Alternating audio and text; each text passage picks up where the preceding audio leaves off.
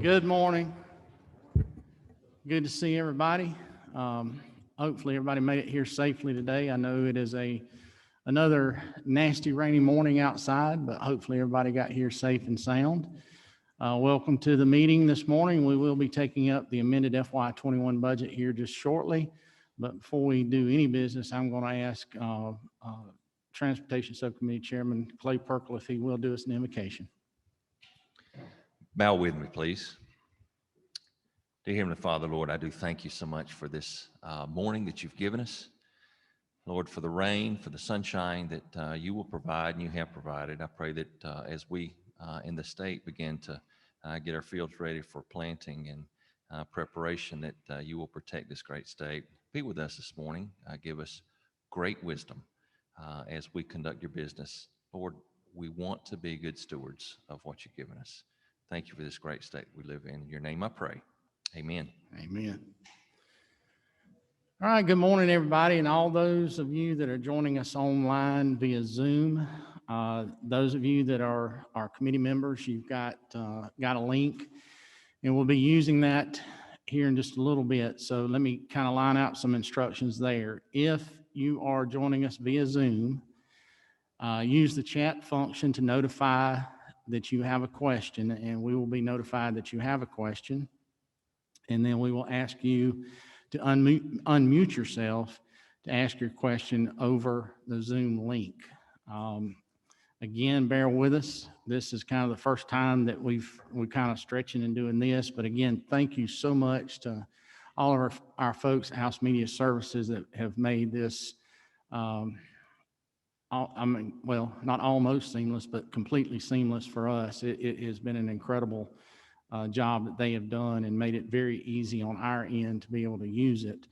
And so when you get a chance, you see somebody with House Media Services, please tell them thank you for the job that they've done, because they have done an incredible job in helping us last week and this week and through the summer as we were doing different hearings and stuff back during that time. So at this point, I'm going to turn the chairmanship over to Vice Chairman Ridley, and I will do the presentation of the budget.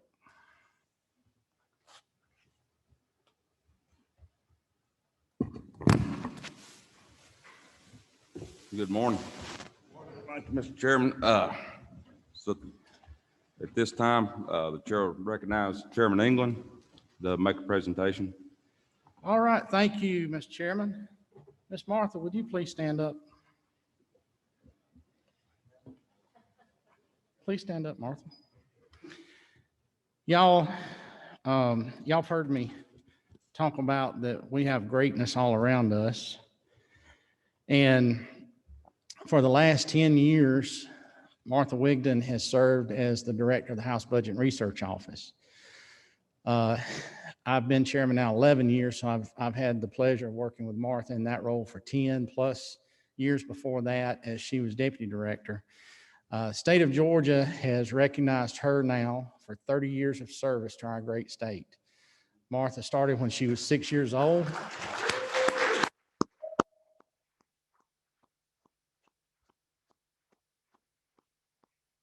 As I was saying, Martha started when she was 6 years old with the state, but she has been with us for 30 years. And so on behalf of the state of Georgia, on behalf of all of us on Appropriations and the House of Representatives, here is your 30-year Faithful Service Award and your pin for 30 years of service to the state of Georgia. So thank you so much.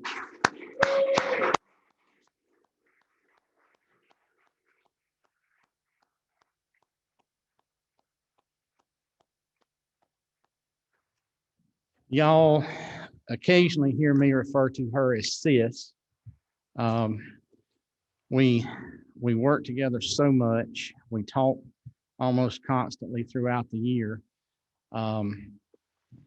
She cares for my folks. I care for her folks. So she is like family to me and Cindy, and so are the rest of the gang over at House Budget and Research. But Martha certainly holds a special place in my heart and always will. Thank you. Well, ladies and gentlemen, in front of you, you've got the tracking document, and we'll walk through that. I do want to start off with a few thank yous this morning because the presentation will be fairly short. Our team at the House Budget and Research Office have done an incredible job. Most of them worked through the weekend, proofing, double checking. We are, as you know, on an expedited pace on trying to get the amended budget done so that if COVID necessitates we take a break at some point, our state agencies and all of those that rely on state funding will know what their budget is for the remainder of the year. So it has been a harried pace for the last 2 weeks, but you know, a lot of thanks goes out to our friends across the building as well. Senate Approach Committee Chairman Tillery, staff at the Senate Budget and Evaluation Office, Melanie DeBussy, and all of her team.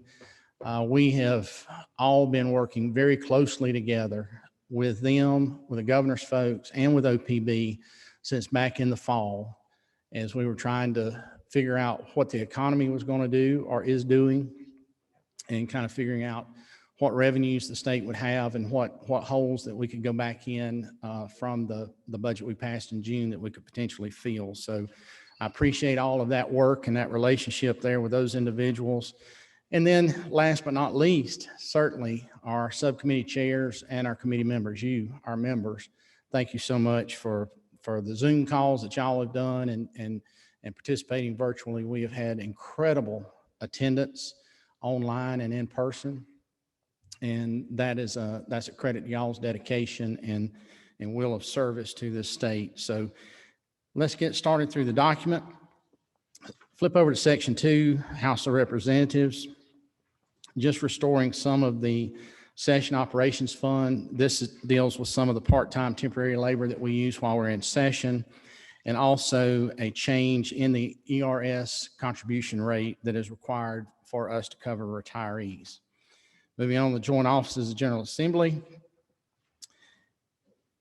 you'll see at 3.1.1, just an adjustment there, funds that were not needed at this point in that particular line item. 3.1.2, last year we had put in a state portion to host the National Black Caucus of State Legislators in Georgia. That money rolled back in because that conference was canceled last year, but they're back on for this year, so we want to do our part there. Office of Legislative Counsel, you'll see a slight add there. Again, that deals with the employee retirement system piece there. Moving over to section 5 and the Court of Appeals, 5.1.1. Currently, one of the members of the court is temporarily out. And so they're having to bring in a judge to fill that slot. And so we've got to make sure that we're providing funds there for that. And then you'll see some other adds within the whole judiciary, restoring a portion of the operating reductions that we took last summer, restoring about 50% of the reductions there at 5.1.2 and at 5.2.4. Over under Judicial Council, 6.4.1, an upgrade of one of their software systems, and that's a quarter of the year funding for that. We will annualize that then in the big budget when we get to it. Again, a restoration at 6.5.1.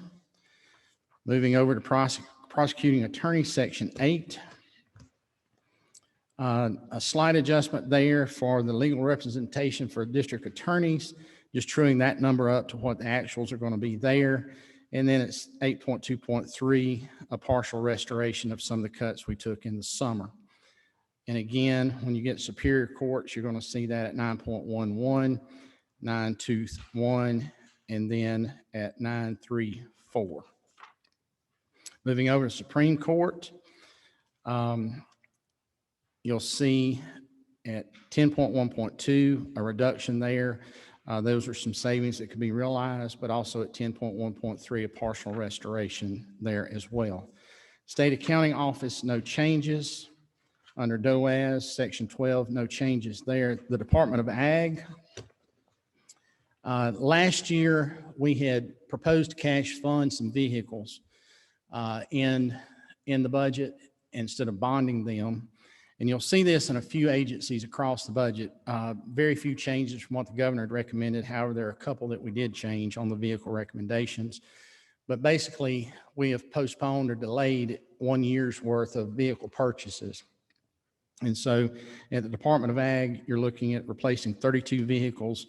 Those vehicles average 185,000 or more, and it's gotten to where the cost of operation of those is more than what the vehicle is worth. So it's just smart business. 13.2.2, continuing to stand up the Georgia Hemp program.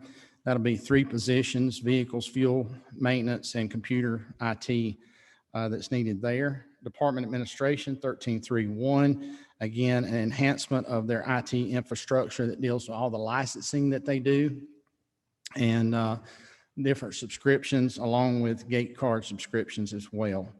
Marketing and promotion under the farmers markets, 13.4.1. They have done a almost complete restructuring of market operations now. And so we will continue to hold on to the Thomasville, Cordele, and Savannah farmers markets. There's also, as Commissioner Black had mentioned the other day, they've got something working on Augusta as well too. 13.5.1 under the poultry vet lab, purchase of a piece of equipment there for poultry testing. Of course, agriculture is the largest industry in the state, and poultry production is the largest sector of that. So we want to make sure that we do what we need to do to maintain a safe and adequate and affordable food supply. Under Soil and Water Conservation Commission at 13.7.1, just an adjustment there for a change start date. Banking and finance, no changes. Moving on to DBHDD, section 15. You'll see through several agencies such as DBHDD, DCH, DPH, and a couple of others where we've added language in recognizing some of the federal funds that have been available and what and how they've been used. As you all realize, in the state of Georgia, the Constitution grants the powers to the governor to use the federal funds that are sent in for purposes to be used for an emergency or whatever. So we don't actually appropriate those dollars, but we can memorialize them within the document. And so there's been a good bit of talk about DPH, for instance, not seeing a whole lot of new money within the state's budget. However, it has to be remembered that they have gotten a tremendous amount of money in federal dollars that don't get recognized through the document, that have been doing most everything that they need to do for the pandemic response. We are making a few adjustments in DPH, so we'll get to in just a little bit with some state funds. But remember, much of this response has been handled with federal dollars, but what we're doing is just memorializing those in this document. If you look down then at 15.2.3, Chair Lady Dempsey and her team have been working very closely with Commissioner Fitzgerald and standing up a new intellectual and developmental disability crisis center, a 10-bed center. And so just recognizing using about $1.7 million in federal funds for that. The under adult forensic services at 15.3.1, a delay in the start of that program of that 40-bed forensic center due to COVID. So we're capturing the savings there. And then again, some more recognitions of some of the federal funds throughout the rest of DBHDD. Under DCA, again, some recognitions of some of the federal funds that have come in through DCA that have gone out into our communities. A lot of those go through block grants and different things to our local governments, and some do go directly to individuals. And so we're just recognizing those moves there. The same at 16.12.1 under the ATL, reflecting some of the CARES money that came in for transit. And then at Payments to One Georgia Authority at 16.15.1, the governor's proposed to put $20 million in for the broadband program there. And so we're in agreement with that, but just change the language a little bit, saying to have a grant administrator and to continue to perform the mapping maintenance. As you know, a few years ago, Chairman Powell led the effort to get adequate and accurate mapping done of what broadband service looks like across the state. And so we're just telling them to keep that updated as they go along, as we see service continue to expand across the state. Under DCH, section 17.5.3, under healthcare facility regulation, adding some more of the inspectors there as $478,303. to help with hiring, retention, and a contracting strategy to make sure those nursing home inspections are carried out in a timely manner. Then moving down into Medicaid age blind and disabled at 17.7. You'll see some adjustments. One coming at 17.73, just an adjustment in the FMAP where we can capture some savings there. And then at 17.79 and 17.710, the add of about $19 million in state funds that pulls down a considerable sum of federal dollars as well to give a temporary rate bump to the nursing home facilities that have suffered with staff shortages, with retention, with increased expenses for COVID response, so many things that have been going on there. Plus, on the flip side of that coin, when our hospitals quit doing a lot of the elective surgeries, those patients typically transfer to nursing homes for rehab, a lot of our facilities. And so that business has disappeared on them as well right now. So again, doing what we need to do to take care of the most fragile among us. Moving on then to no changes in Department of Community Supervision. Then Section 19, Department of Corrections. Again, recognition of some federal funds that were sent to them, but also a program that DOC and DJJ both have worked out as it relates to a retention issue that they've been having. They have way more positions than they can ever get filled right now. So what we're telling them is to use existing funds to go in and do a 10% pay increase for those correctional officers to help with retention, but also to help with a lot of the outage issues that they're having. People just calling in saying, I'm not coming in, but you want to encourage folks to come to work, and that's what we're working on there. If we ever get to the point that we'll have a discussion at some point down the road, if they get all their positions filled, about adding some positions back. But for right now, the idea is to hang on to the folks they've got. Then you'll see under health, again, recognition of some of the federal funds coming in there and a couple of other places through the document there. Department of Defense, no changes.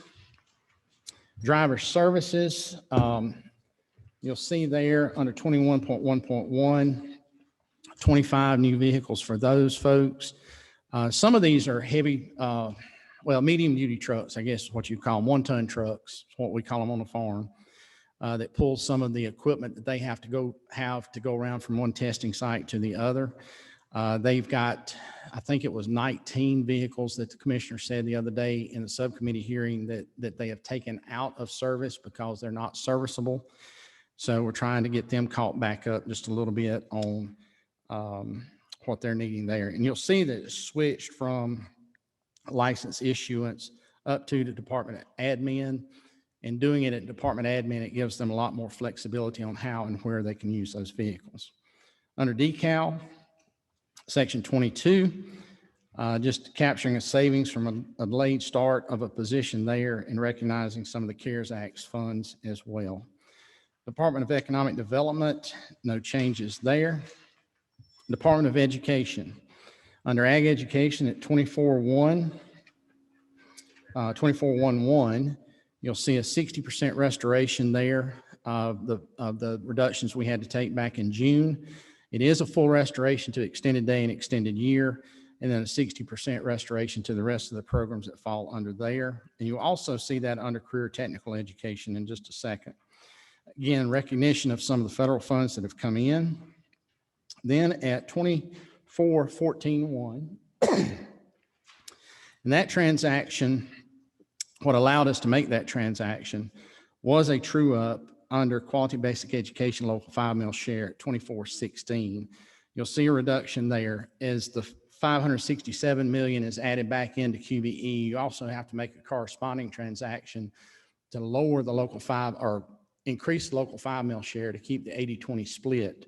So in doing that, it allowed us to capture some funds to do some things within education and a few other areas.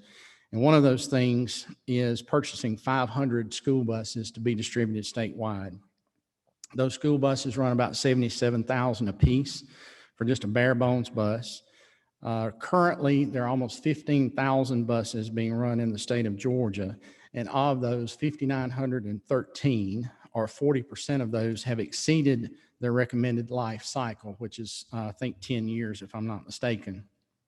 This will allow us to continue to fulfill our obligation as the state toward helping the systems purchase these buses.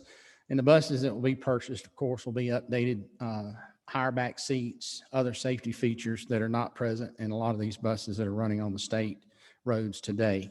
So I'm very happy with that. I know the school systems will be. And before somebody says it, I know that we've got a lot of systems that are not running buses right now. It doesn't matter.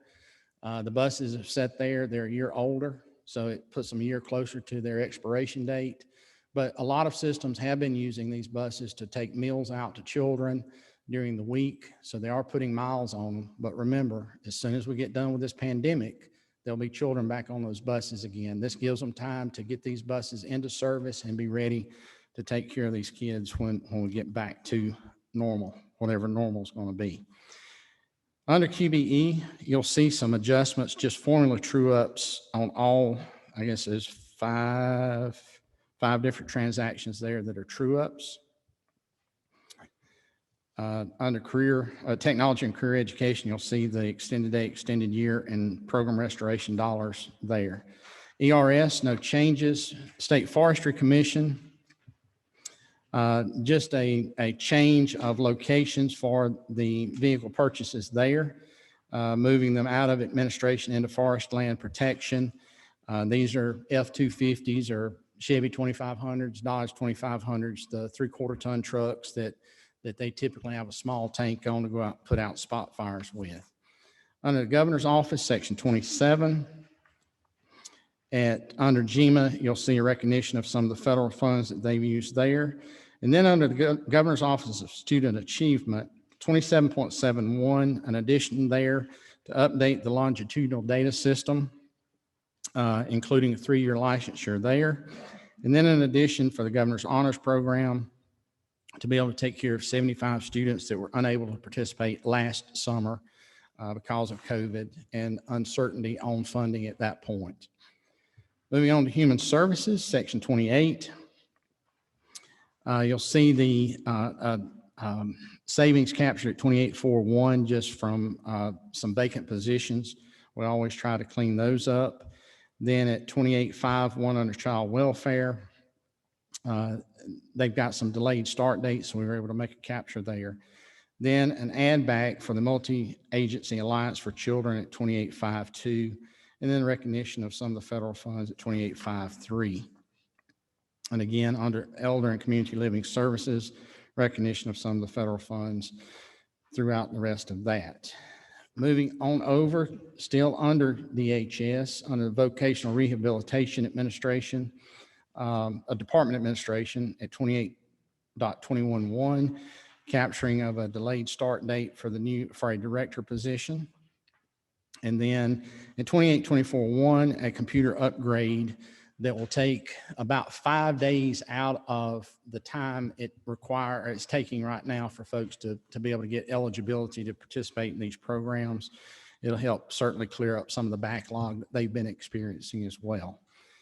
Insurance Commissioner, no changes. GBI, section 30, Forensic Science Services. Many of y'all had called me back in the summer and fall as GBI had been trying to process bodies in the forensics lab. They're losing individuals there because those individuals that are the MEs can go elsewhere and make significantly more money. And in losing a couple more individuals, they had to close the Macon lab. Right now, they're currently keeping the Macon lab open about 2 or 3 days a week with folks coming from Atlanta down there to do the work, still doing work at Pooler and also doing work here in Atlanta. So we got, Chairman Tillery and I both got with Director Reynolds during the summer and fall and said, what do we need to do to start addressing this issue? Because we're getting a backlog. We have families waiting to receive their loved ones back so they can have funeral services. So working with Director Reynolds, we have started working on a program to write the salaries there to be able to get those individuals and keep those individuals. We're also working with Augusta University and Mercer University and their medical programs there to stand up a program to train these individuals. As far as we know, there's no school in the southeastern United States that are training people to go into that particular field. About 1,100 positions nationwide, but currently 600 of those are vacant.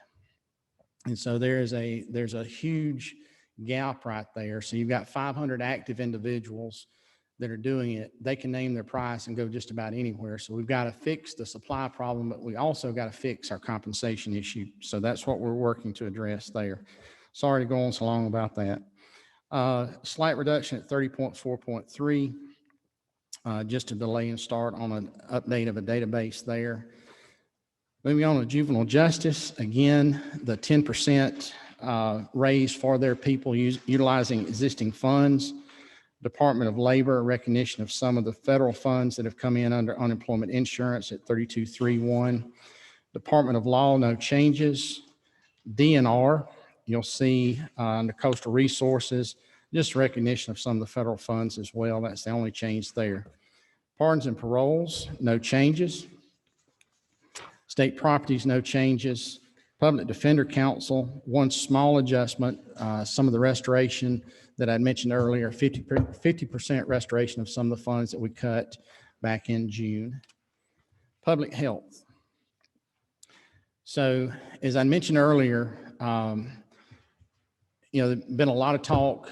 Matter of fact, I think there was an article yesterday talking about you're not seeing a whole lot in the budget as it relates to public health and state dollars going there. I will reiterate, they have had a tremendous amount of money come to them on the federal level. Right now, I think they're setting somewhere at about $1 billion in federal money that they will be receiving in the next week or so that'll be going to the COVID response.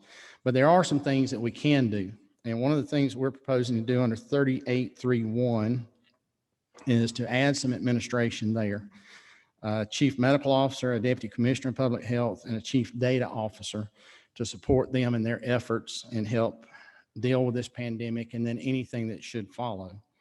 And then under epidemiology at 3851, we have all heard from constituents with their issues on trying to make a reservation for a COVID vaccine. And one of those issues is come to the GRITS system that they currently use. It was never intended, and Dr. Toomey has said so, that it was never intended to have to deal with a pandemic, but they've stretched it to make it work as best they could. They do have the opportunity to go out and buy a product off the shelf and get it stood up in a very short time. So what we're doing there is putting $18 million in to get that program in, get the training done, get everybody up to speed in as quickly, shortest time as possible. Under infectious disease control at 3892, under the ADAP program, you'll see an ad there of a little over 15 million dealing with HIV, AIDS vaccine program there. And what we're doing is still trying to avoid Georgia having a waiting list. If we ever have to create a waiting list there, we will be the only state in the country that does. So we're trying to make sure that that does not happen. Moving on to Department of Public Safety, you'll see a reduction at 39.4.3 for attrition within the trooper class that's currently going on and a trooper class that got delayed from last year. So we were able to capture savings there. Under Firefighter Standards Training Council, you'll also see a couple of vehicles. They have 3 vehicles in that division, and 2 of those are over 200,000 miles, and one of them has a tendency to leave people stranded on the side of the road. 3089.8.1, as it relates to the mandatory training for our newly elected sheriffs, the number that actually participated was less than what had been anticipated, so we've got a small savings there as well from what the governor had originally put in the document. Under the Public Service Commission, you'll see a small ad at 40.1.1 for some legal fees for some pending litigation, and then allowing them to utilize some existing funds to take care of some unexpected attrition as well. Under Department of Board of Regents, Section 41, you'll look at the B units of funding there that are the things that are typically legislative intentions or legislative priorities. And you'll see under Ag Experiment, Cooperative Extension, and several others. I'll mention them here in just a second. You've got a restoration or 60% restoration. These are programs that are directly related to teaching. And so we felt like with the add backs in K-12 teaching, the enrollment growth recognition within Regents and within the technical college system, that we needed to also catch these items as well. You'll see a language item at 4142 dealing with Invest Georgia. We had proposed moving that to the Office of State Treasurer. However, statute does not allow that, so we're just saying it will remain at the Board of Regents. Forestry Cooperative Extension, Forestry Research, Georgia Tech Research Institute, Marine Resources Extension, the Medical College, and then the special funding initiatives, Georgia Youth Science Technology Center. You'll see those 60% restorations I'd mentioned earlier. 4118.3, again, the recognition of some of the CARES money that specifically went to our HBCUs and MSIs as it has related to the COVID response. Then Veterinary Medical Experiment Station, you'll see a 60% restoration there as well. Moving on over then to the Department of Revenue, no changes there. Secretary of State, again, a recognition of some of the federal funds that have come in there. And then under attached agencies at 43.7.1, the Georgia Access to Medical Cannabis Commission, an IT upgrade and call center recognition there. Those licenses, I believe those applications and checks are due this week, if I'm not mistaken, maybe today, but we should see about $1.2 million of revenue to the state from that program, and should be starting to see it this week. Under student finance, under the engineering scholarship, just a true up to meet the projected demand there. That 192,500 add covers 55 additional students at $3,500 each there. Moving on to TRS, no changes. Technical college system, again, some recognition of the CARES money, but also at 46.6.1, you'll see the governor had recommended, and we agree, of a $3.5 million add to reflect an increase in credit hours and a slight decrease in square footage of their facilities. Under the Department of Transportation, our newly minted Transportation Subcommittee Chairman felt like he needed to make his mark somehow, and he has. In the testimony they had heard from DOT, DOT had expressed some concern about having enough personnel in administration to take care of a lot of the federal grants that we're getting and properly manage them. So some of those grants are particularly getting into jeopardy because we're not managing them the way that we need to or fully. So you'll see some adjustments there under capital maintenance projects, a reduction there, but you'll see the add back under construction admin, department administration, and then also over under the State Road and Tollway Authority at 4713.1, an increase for debt service where they had sold some Garvey bonds, about $600 million in Garvey bonds back in December at record low rates for the 400-285 corridor construction that they're doing up there. Department of Veterans Services, no changes. Workers' comp, no changes, and then no changes in the amended on the bond package. Mr. Chairman, that's what I've got, and I'll be glad to answer any questions if we have some. All right, Mr. Chairman, thank you for that. Excellent presentation. At this time, we'll take any questions. Be glad to. All right, we'll get anybody got any questions?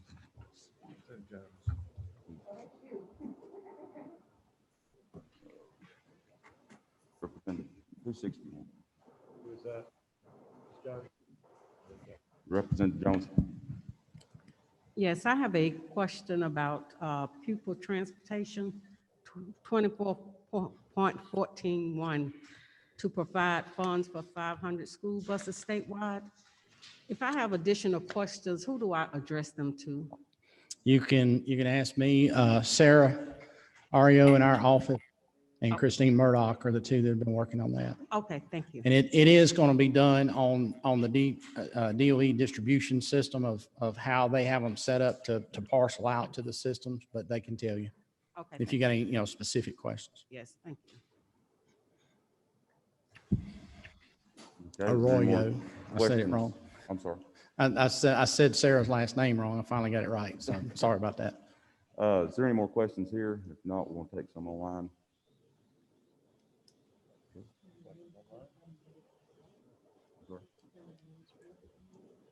Okay, Chairman Lynn Smith, you have a question? No, just wait to vote.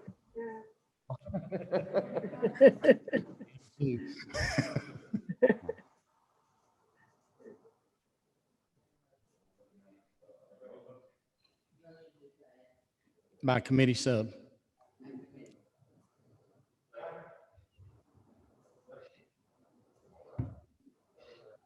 Aye. Aye. Aye. Aye. Aye. Aye. Aye. Aye. Aye. Aye. Aye. By that, then I think this passes. Aye. You might want to ask for any opposed online. What, is there anyone opposed online? I hear none. By not hearing any, then I say this passes. All right, ladies and gentlemen, thank you so much. We'll be in rules here in a little bit and should see this on the floor tomorrow. Nothing else. We are adjourned.